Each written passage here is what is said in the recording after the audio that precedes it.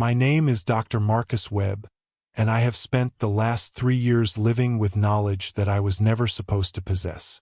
This is my complete and unvarnished account of what happened at Polaris Research Station 7 in the Arctic, and what continues to happen beneath the ice. Before I detail the extraordinary and terrifying events that unfolded at the station, I want to establish my credentials. I hold a Ph.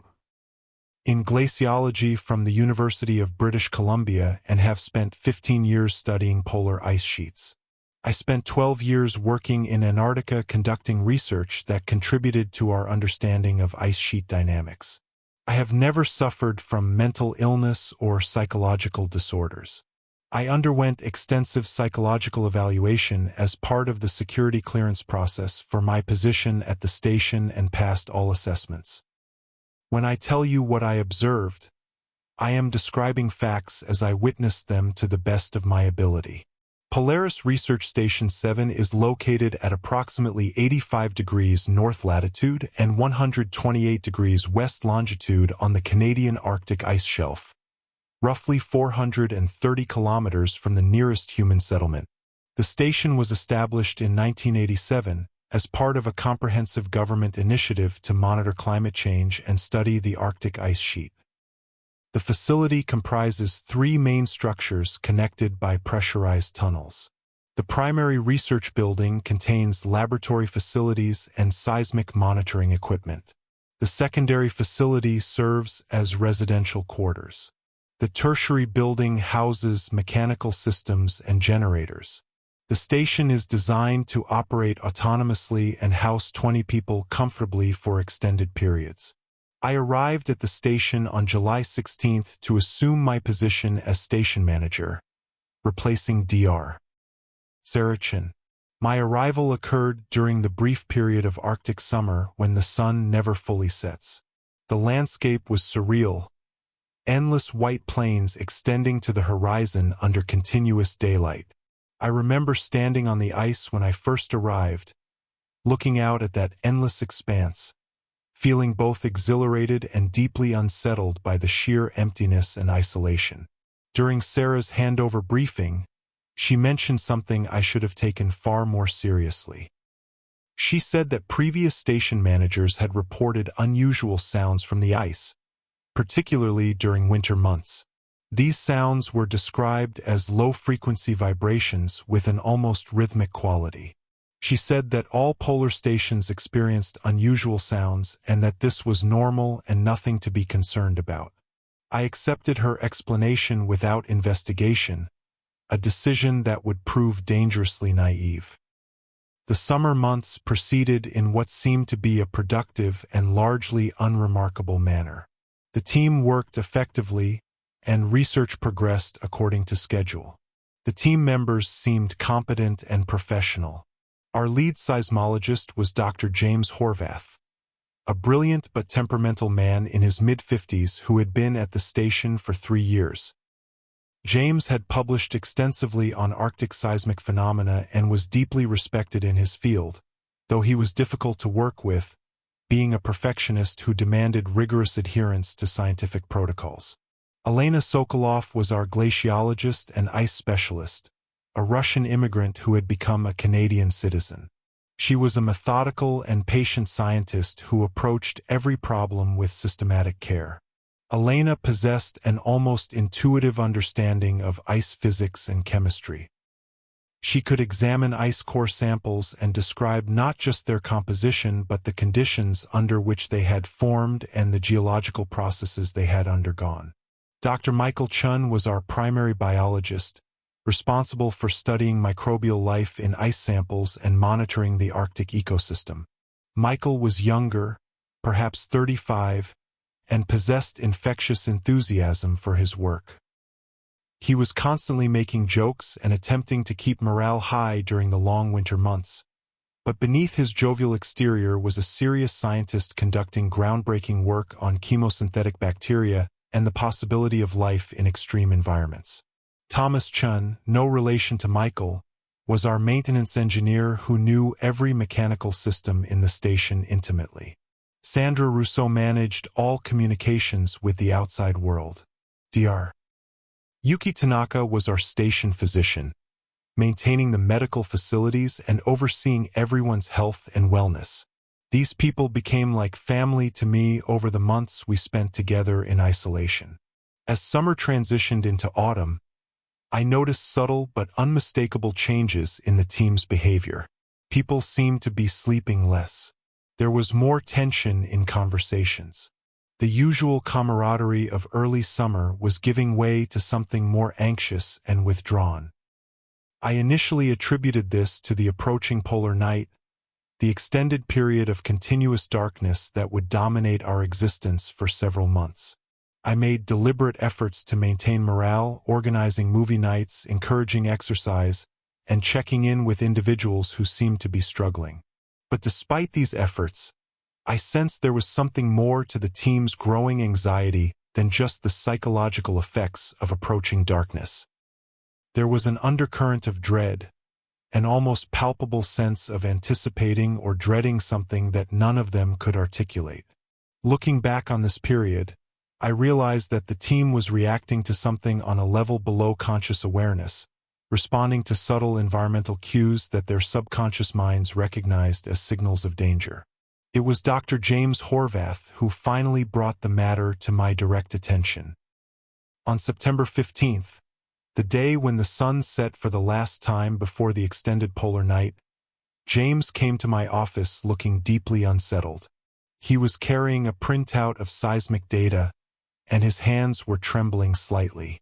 He asked if I had time to discuss unusual readings his monitoring equipment had been detecting over the past several weeks. James explained that his sensors had been detecting anomalous seismic activity over the previous 6 weeks that did not correspond to any known natural phenomenon documented in scientific literature. The readings appeared to show a large mass moving beneath the ice in a pattern that was nearly circular, passing beneath different sensor stations at regular intervals. I asked if this activity could be explained by subglacial water flow. James firmly rejected this possibility. Water flow produced chaotic and unpredictable seismic signatures that varied significantly over short periods. This pattern was fundamentally different. It was too regular, too consistent, and too purposeful. Whatever was generating these readings was moving with clear intention and consistency, completing nearly circular paths around the station with clockwork-like regularity. The movement suggested intelligence or highly organized behavior. I felt a chill run down my spine despite my attempt to maintain calm and professional demeanor. I asked James how certain he was of his analysis. He said he was very certain. He had run the data through multiple independent analytical algorithms, used different filtering techniques, consulted with remote colleagues, and had our backup monitoring systems verify the readings independently. This was not instrument error or analytical artifact. Something was genuinely moving beneath the ice. The most deeply disturbing aspect of James's report came when he explained the temporal progression of the data. He had created a visualization showing the circular path of the moving object over successive weeks. What this visualization revealed was that the circular path was not remaining constant or randomly varying. Instead, the path was contracting inward over time. With each lap that the object completed around the station, it was passing closer and closer to our location. The pattern was that of an inward spiral, and the focal point of that spiral, the center toward which the object was moving, was directly beneath the research station. I instructed James to continue monitoring and to expand his analytical focus to determine the size and nature of the moving object. I also told him not to discuss these findings with the rest of the team until we had gathered more information. He seemed frustrated by my measured response, but he agreed to maintain confidentiality. Over the next 2 weeks, James came to my office 4 additional times with updated data. Each time, the pattern had become clearer and more well-defined. Each time, the object had moved closer to the station. James became increasingly agitated and visibly frightened with each briefing, and I could see the fear growing steadily in his eyes. After his 4th report, I decided to involve Elena Sokolov in the analysis, hoping her expertise in ice physics and ice dynamics might provide insights that could help explain what was occurring. I brought her to my office and showed her James's seismic data without initially explaining what it represented or what interpretations James had placed on it. I asked for her professional opinion on what physical processes might explain the patterns visible in the readings. Elena studied the data in silence for a long time, her expression gradually becoming darker. When she finally looked up and met my eyes, there was fear in her expression, but also something like recognition, as if she was seeing something she had somehow subconsciously suspected might exist but had hoped desperately she would never have to confront. She asked me directly how thick the ice was beneath the research station. I told her that according to the 1987 survey, before the station was built, the ice was measured at over 400 meters thick, making it one of the thickest and most stable areas in the entire Arctic region. Elena was silent for several moments, and then she asked me to retrieve the original installation and construction records from our digital archives. We reviewed the documentation together, and what we discovered was deeply troubling. The 1987 survey had indeed measured ice thickness at 437 meters. But there was a small notation in the survey report that I had somehow overlooked. This notation suggested that additional, more comprehensive surveys had been conducted before the official survey, and that there had been initial concerns about ice stability that had apparently been resolved. The notation did not specify what those concerns were or how they had been addressed. Elena explained to me the implications of this discovery. She said that Arctic ice could thin by several meters per year under normal climate warming trends. Over the 35 years since the initial survey, the ice could theoretically have lost as much as 100 meters or more of its thickness. But more importantly, she said, ice does not thin uniformly across its entire surface. If there was a cavity or void space beneath the ice, if there was liquid water or open space below, the thinning could be far more dramatic in that specific location. She then asked me directly, with a tremor in her voice, if I believed that the readings James was detecting in the seismic data represented something living beneath the ice.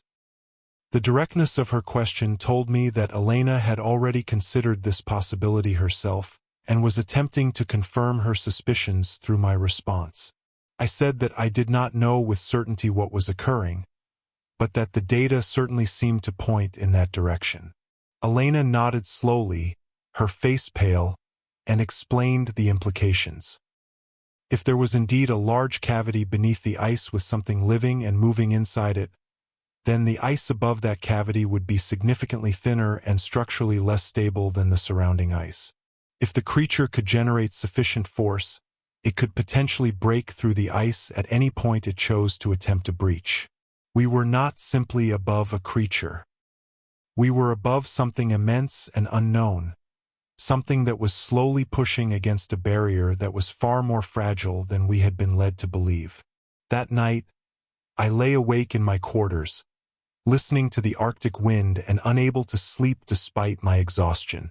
For the first time since arriving at the station, I felt genuine fear. Not abstract intellectual fear, but visceral, primal fear.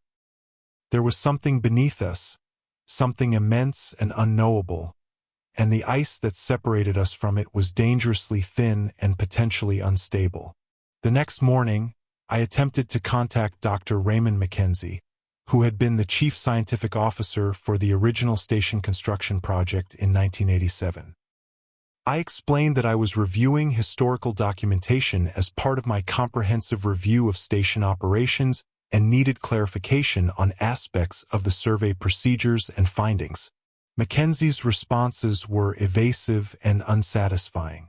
He said the surveys had been conducted according to standard protocols and that there was nothing unusual about the findings. When I pressed about the notation regarding additional surveys and initial concerns regarding ice stability, he became defensive and eventually outright refused to discuss the matter. He told me abruptly that if I had questions regarding station safety, I should contact my supervisors in Ottawa, not him, and then he hung up. I immediately prepared a comprehensive report detailing everything James had found in the seismic data, the profound implications of Elena's analysis, and the historical documentation issues surrounding the station's construction. I sent this report to my supervisors in Ottawa, requesting urgent response and asking specifically for additional information about the station's foundation and the reasons for the unusual notations in the original survey reports. The response came back within 6 hours. I was told to maintain the station's normal operations and to await further instructions. Dr. Harold Westbrook from Ottawa indicated that he would be conducting a video conference with me to discuss the findings. The call was scheduled for later that evening. When Dr. Westbrook appeared on my computer screen, I was struck immediately by his demeanor. He was not surprised by what I had reported. He did not appear alarmed or concerned as I would have expected from a government official receiving news of a potential crisis. Instead, he appeared calm, controlled, and oddly unsurprised, as if he had been expecting this report or had received similar reports many times before. He asked very specific questions about the seismic data, questions about the speed of the moving object, about the estimated size of the creature based on the magnitude of the seismic signals, about the nature of the circular pattern and the rate of contraction. His questions suggested that he already knew far more about what was occurring beneath the ice than what I was telling him. After I had answered his questions, Westbrook told me something that fundamentally changed my understanding of the entire situation. He said that the seismic anomaly I was detecting was not new. The organization had been aware of seismic activity in the area for many decades. The initial surveys conducted before the station's construction had detected evidence of unusual subglacial phenomena, and this evidence had been classified immediately as a matter of national security. I asked what he meant by unusual subglacial phenomena. Westbrook was silent for a moment while he considered how much to reveal. Finally, he said that the cavity beneath the station was a known feature. The organization believed it to be either a natural subglacial lake system or an anomalous geological structure. The research station had been deliberately placed at this specific location because the organization wanted to conduct long-term monitoring of this feature. The entire basis for the station's location, all the documentation about it being placed at the thickest and most stable part of the ice sheet, was misleading at best and deceptive at worst. The station had been placed exactly where it was because of what lay beneath it. I asked if this critical information had been explained to my predecessors or to me upon arrival. Westbrook said that operational security protocols required that information be kept compartmentalized. Station managers needed to know enough to conduct their duties safely, but not so much that they became a security liability if compromised. I was not being trusted with the full truth. The government had deliberately placed a research station directly above a location where dangerous or unusual phenomena had been documented, and they had kept the knowledge of that danger hidden from the people actually working at the station. I pressed Westbrook for more information. I asked directly what the organization believed was beneath the ice. After a significant hesitation, he used a specific word that shifted my entire understanding. He said creatures, plural, not one creature but multiple creatures, and he said that they were stable and posed no threat as long as they remained undisturbed. The moment he said that word, creatures, everything clicked into place. The government was not monitoring a subglacial lake or an unusual geological formation. They were monitoring something alive, multiple somethings alive, something massive and intelligent enough to warrant deliberate government secrecy and decades-long covert monitoring operations. That night I could not sleep. I lay in my bunk, staring at the darkness above me, trying to process what I had learned. The government had known all along. They had deliberately placed this station above something they knew to be dangerous. They had been conducting secret monitoring operations for decades, possibly since the station's construction in 1987 or even before. Over the next 48 hours, something changed dramatically. James came to my office in extreme agitation. The object beneath the ice had increased its speed dramatically. Instead of completing a lap every 24 hours, it was now completing laps every 8 to 10 hours. The creature was moving faster, and the spiral pattern was still contracting, bringing it closer with each completed circuit. I immediately called Westbrook. He listened without interrupting and was silent for a long moment afterward. When he finally spoke, his tone had changed fundamentally. The calm, controlled demeanor was gone. He told me they were aware of the change and that it was concerning, extremely concerning. He instructed me to maintain the station on high alert and to prepare for possible emergency procedures, including evacuation if necessary. He said that Ottawa was sending additional personnel and equipment to the station and that a helicopter would arrive within 48 hours. The next 48 hours were the longest of my life. The team sensed that something was seriously wrong, even though I had not told them the full truth. There was a palpable change in the atmosphere, a sense of impending crisis that everyone could feel. I called a team meeting and explained that unusual seismic activity had been detected and that we were implementing additional safety protocols as a precaution. Most people seemed to accept the explanation, though I could see concern in their faces. Elena knew something significant was being withheld, and she gave me a look that communicated clearly that she expected me to eventually tell her the complete truth. During those 2 days, the seismic activity intensified dramatically. James reported that the object was moving even faster and that the pattern had changed fundamentally. It was no longer following the simple circular route. It appeared to be moving more randomly, almost as if it was searching for something or attempting to reach something in a particular direction. The sounds in the station became unbearable. The strange vibrations that Sarah had mentioned were now clearly audible to everyone and deeply unsettling. They came primarily from the ventilation system and plumbing, but seemed to echo through the entire structure. The sounds were low frequency and intensely resonant, creating vibrations that people could feel in their bones. On the evening of the second day, I made the decision to observe and measure the ice beneath the station myself. I bundled up completely in cold weather gear and walked out onto the ice surface about 100 meters from the station. I brought equipment to measure ice thickness and carefully drilled down to take measurements. What I found confirmed my worst fears. The ice at that location was only 97 meters thick. It had thinned far more dramatically than Elena's estimates had suggested. The ice directly beneath the station was likely even thinner, possibly as thin as 50 to 60 meters or even less. The creature had less than 1/5 of the ice that should have been separating it from the surface. As I was making measurements, I heard it, a deep, resonant sound coming from directly beneath the ice, like the call of some enormous whale but far deeper and more complex. The sound continued for perhaps 30 seconds, then gradually faded away. I stood frozen on the ice, listening to my own heartbeat, trying to comprehend what I had just experienced. I had heard the creature. It knew that I was there. I returned to the station and immediately reported my findings to Westbrook.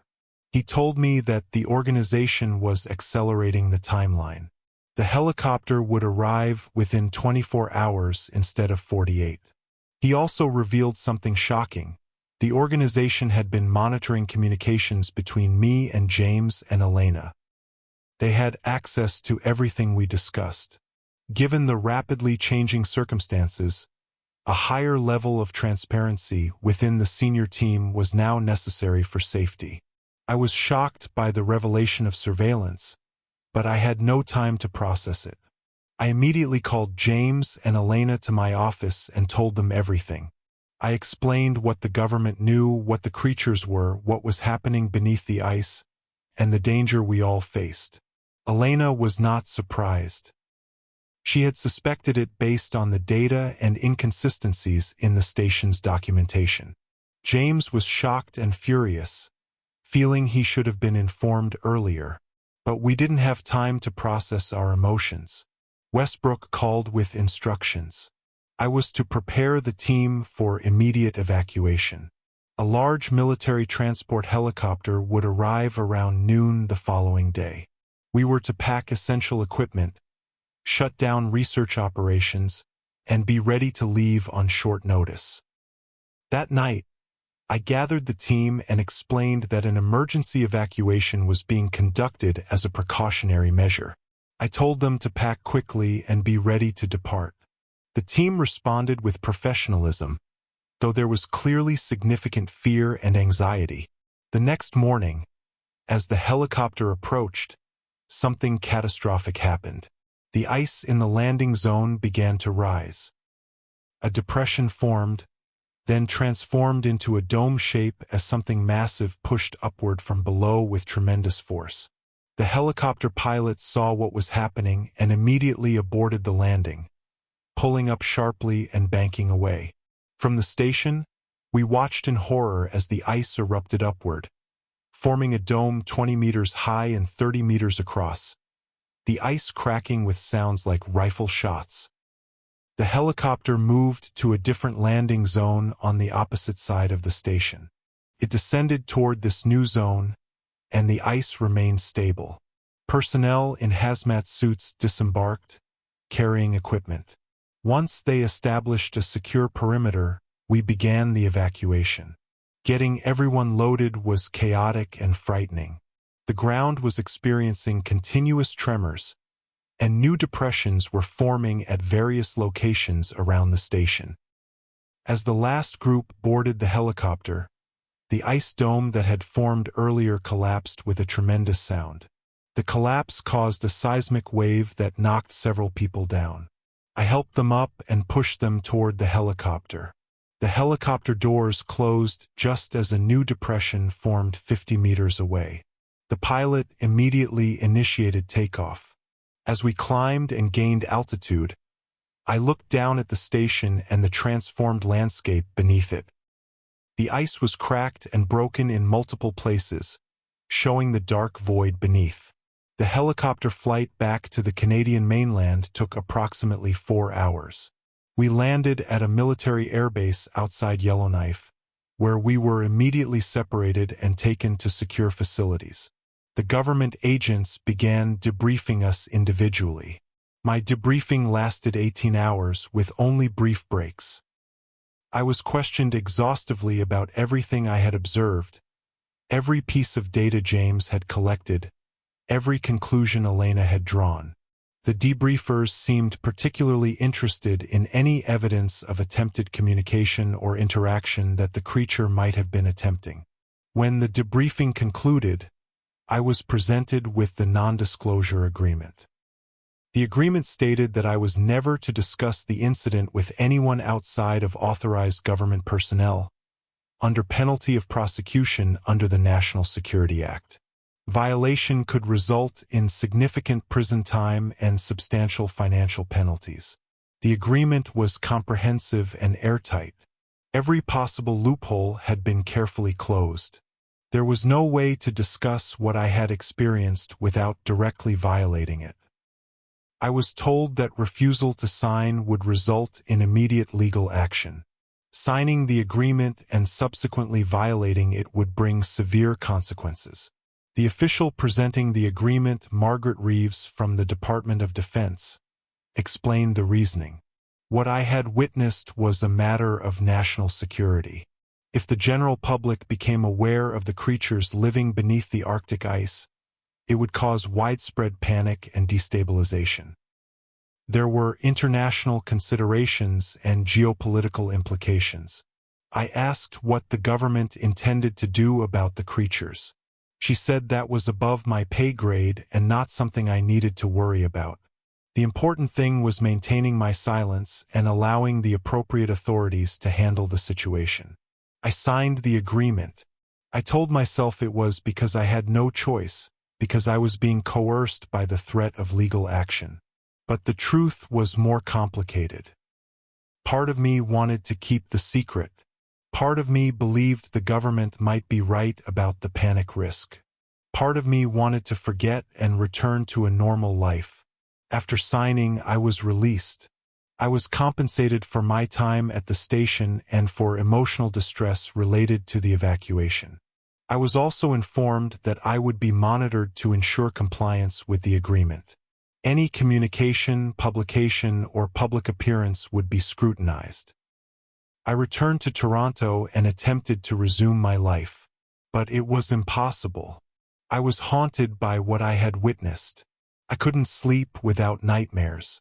Every time I closed my eyes, I saw the ice rising, heard the creature's calls, felt the tremors beneath my feet. 3 months after the evacuation, investigative journalist Thomas Mitchell came to my apartment. He claimed to have information about the evacuation and wanted to interview me. I was initially cautious, uncertain if he was genuine or a government operative testing my commitment to the agreement. Over several meetings, I became convinced Mitchell was legitimate. He had sources within government who had given him hints about the evacuation and something anomalous in the Arctic. He had pieced together information from public sources, including military reports and satellite imagery, and concluded that something significant had occurred at the station. Mitchell was extremely skilled. He explained his findings in impressive detail, showing me documentation of unusual military activity, satellite imagery showing massive ice depressions that had formed during evacuation, and references in declassified documents to Project Leviathan, apparently a decades-long monitoring initiative related to unusual seismic activity in the Arctic. I was extremely cautious in my interactions with Mitchell. I made clear that I could not provide information violating the non-disclosure agreement, but I found I could not remain completely silent. I told Mitchell his research was on the right track and suggested he focus on government records from the 1980s and the history of the station's construction and site selection. Over the next 3 months, my interactions with Mitchell became more extensive. I found myself increasingly willing to discuss what I had experienced, though carefully avoiding explicit confirmation of details that would constitute direct agreement violation. I discussed seismic phenomena in general terms, the behavior of large creatures in isolated environments theoretically, the psychological impact of isolation and exposure to unknown danger. Mitchell was brilliant at reading between the lines. He pieced together a coherent narrative of what had happened from my carefully worded discussions and from the documentary evidence he had uncovered. By early 2024, Mitchell had assembled a comprehensive account and prepared an article for publication. He wanted me to go on record as a named source, providing explicit testimony about what I had experienced. This was the critical moment where I had to decide between silence and truth. I told Mitchell I needed to think about it. I spent 2 weeks considering the decision. I contacted a lawyer to understand the full implications of violating the non-disclosure agreement. I spoke with friends and family about whether it was worth the potential consequences to reveal what I knew.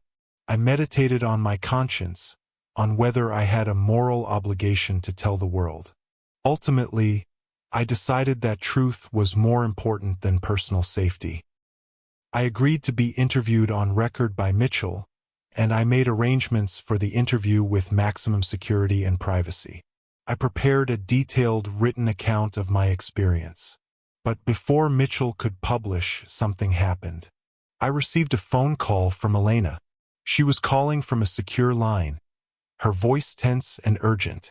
She told me she had been monitoring scientific publications and news reports related to Arctic research, and she had detected something deeply alarming. Elena said that seismic data from the Arctic region, being published in scientific journals and discussed at academic conferences, showed unprecedented levels of activity in the area where our station had been located. The activity was orders of magnitude higher than anything we had observed at the station. She had run her own analysis of the publicly available data and reached a terrifying conclusion. The creatures were no longer dormant. They were active and they were coordinating with each other. She had detected seismic signals from multiple locations across the Arctic, and the signals showed a pattern suggesting communication between creatures at vastly different locations. It was as if the creatures were signaling to each other across the distances, as if they were preparing for something significant. Elena said that based on her analysis, one of the creatures was preparing to make an aggressive push toward the surface. The seismic patterns suggested the creature was applying sustained and increasing pressure against the ice above it. If the creature succeeded in breaking through, if it reached the surface and entered the open ocean, the consequences would be completely impossible to predict. I asked if Elena had reported her findings to the government. She said she had attempted to, but was blocked. Her requests for access to classified seismic data had been denied. When she tried raising concerns about publicly available data, the scientists she contacted seemed unsurprised and suggested the matter was being handled by appropriate authorities. Elena called because she knew I had been in contact with a journalist. She wanted me to know the situation was becoming critical. She said that regardless of the non-disclosure agreement, the world needed to know what was happening. She said she was going to release her analysis publicly and urged me to do the same. But Elena also warned about potential consequences. She suspected the government might be preparing some kind of military operation in the Arctic. If the creatures became publicly known before the government had fully developed its response, it might force precipitous action. It might lead to violence, to killing creatures that were simply trying to understand their world. I was torn between Elena's urgency and my own caution. I told Elena I would consider her advice and that we would stay in touch using the secure communication protocol she provided. That night, I decided to accelerate my timeline. I told Thomas Mitchell I was ready to go public. I scheduled a publication date for his article and prepared myself mentally for the consequences. I began finalizing my written account. But before this could happen, events in the Arctic reached a critical point. On June 15th, a massive polynya, a hole in the ice sheet, opened up in the northern Arctic Ocean. The opening was enormous, covering approximately 100 square kilometers. It appeared suddenly on satellite imagery. Within hours, scientific organizations worldwide were attempting to explain how such a massive ice opening could form so suddenly. Theories ranged from unusual warm water currents to massive releases of geothermal energy. But the truth was far more extraordinary. The creature had broken through. It had succeeded in forcing its way through the ice and created a massive opening to the surface world. As the news of the polynya spread, military activity in the region intensified dramatically. Satellites were redirected. Ships were deployed. Aircraft were mobilized. The entire northern Arctic region became a zone of intense military interest. Thomas Mitchell received a visit from government agents the day after the polynya appeared. They told him that the information he had gathered about the research station and the creatures was now classified at the highest security level. They informed him that publication of his article would constitute serious violation of national security law. They gave him a choice: cease all work on the story and delete all his notes and research, or face criminal prosecution. Mitchell contacted me to let me know. He was devastated but not deterred. He said he was going to publish the article anyway. He said the public had a right to know what was really happening. I supported his decision. Before Mitchell could publish, he was arrested on a federal warrant. He was held without bail pending trial on charges related to unauthorized possession and disclosure of classified information. The message was clear. The government was willing to use force to maintain its control over the truth. After Mitchell's arrest, I knew I had to act quickly if I was going to get my account to the world. I spent the next week finalizing this document, ensuring every detail was accurate and every claim could be supported. I then arranged for this document to be sent to multiple news organizations simultaneously, along with a covering letter explaining the circumstances of its creation. I also arranged for the document to be uploaded to secure servers and distributed to whistleblower organizations and privacy advocates who might protect it from government suppression. Once I released this document, my life would change forever. I would become a fugitive, hunted by the very government I had once served. I made arrangements to leave Toronto.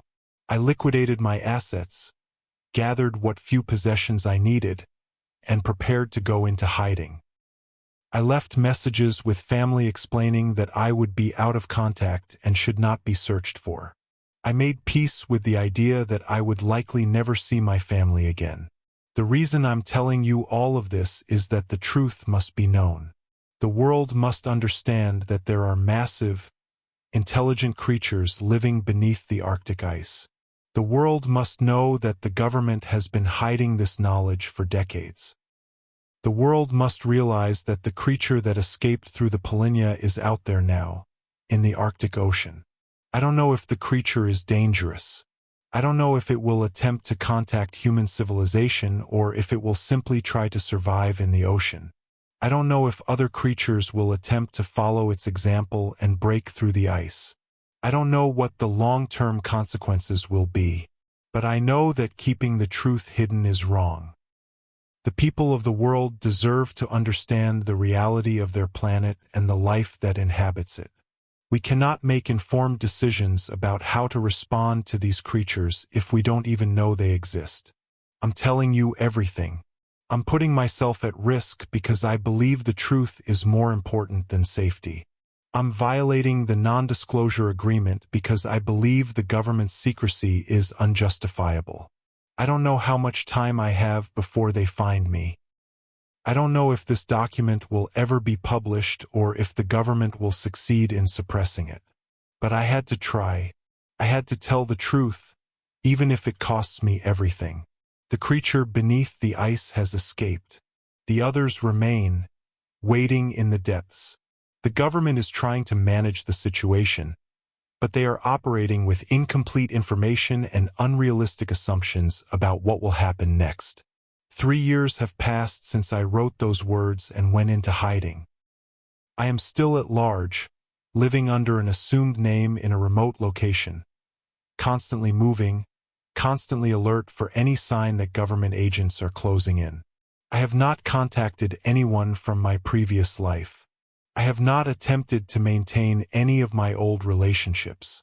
Everything that I was before has been severed and discarded in my quest to remain free. I continue to monitor what information I can gather about the Arctic and about the aftermath of the Polynya.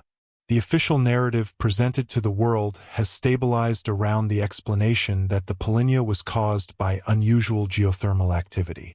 Scientific studies have been published in peer-reviewed journals presenting models showing how such activity could theoretically create such an opening. The media attention has faded. The incident has been largely absorbed into the background noise of Arctic research and climate change discussion. But those who know the truth, who have access to the classified data and the real reports, they know what actually happened. And I suspect they are preparing for what comes next. Because the creature that escaped through the Polynya is still out there.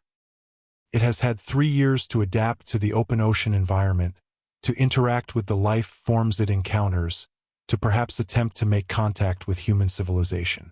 We have no idea what it is doing, where it is, or what it intends. And somewhere beneath the Arctic ice, the other creatures remain. The ones that never broke through. The ones that are still trapped in their subglacial prisons. Are they calling to the one that escaped? Are they attempting to follow? Are they becoming increasingly agitated as they sense the freedom that one of their own has achieved? These are the questions that keep me awake at night, huddled in whatever safe house I currently inhabit, listening to the sounds of the world outside and wondering when the government will finally catch up with me. I have included in this account the names of the team members who were with me at the station, the locations where the seismic sensors were positioned, and the specific coordinates of the original research facility. If this document is published, the government will know immediately that it came from me or from one of the other team members. They will increase their efforts to find me. They may intensify their surveillance of Elena, James, and the others. But I believe that transparency is more important than my personal safety. I believe that the world has a right to know about these creatures. I believe that humanity cannot make informed decisions about the future without understanding the true nature of our planet and the life that inhabits it. The creature beneath the ice has escaped, and the world will never be the same again. Whether that is ultimately a tragedy or an opportunity for transcendence remains to be seen. But at least now, if this document is published and read, people will know the truth. They will understand that we share our planet with beings of unimaginable size and intelligence. They will understand that the government has been conducting secret operations to monitor these creatures. They will understand that the official explanations for phenomena in the Arctic have been deliberately misleading. Whether they choose to do anything with that knowledge is up to them. But at least they will have the truth, and that will have to be enough for me.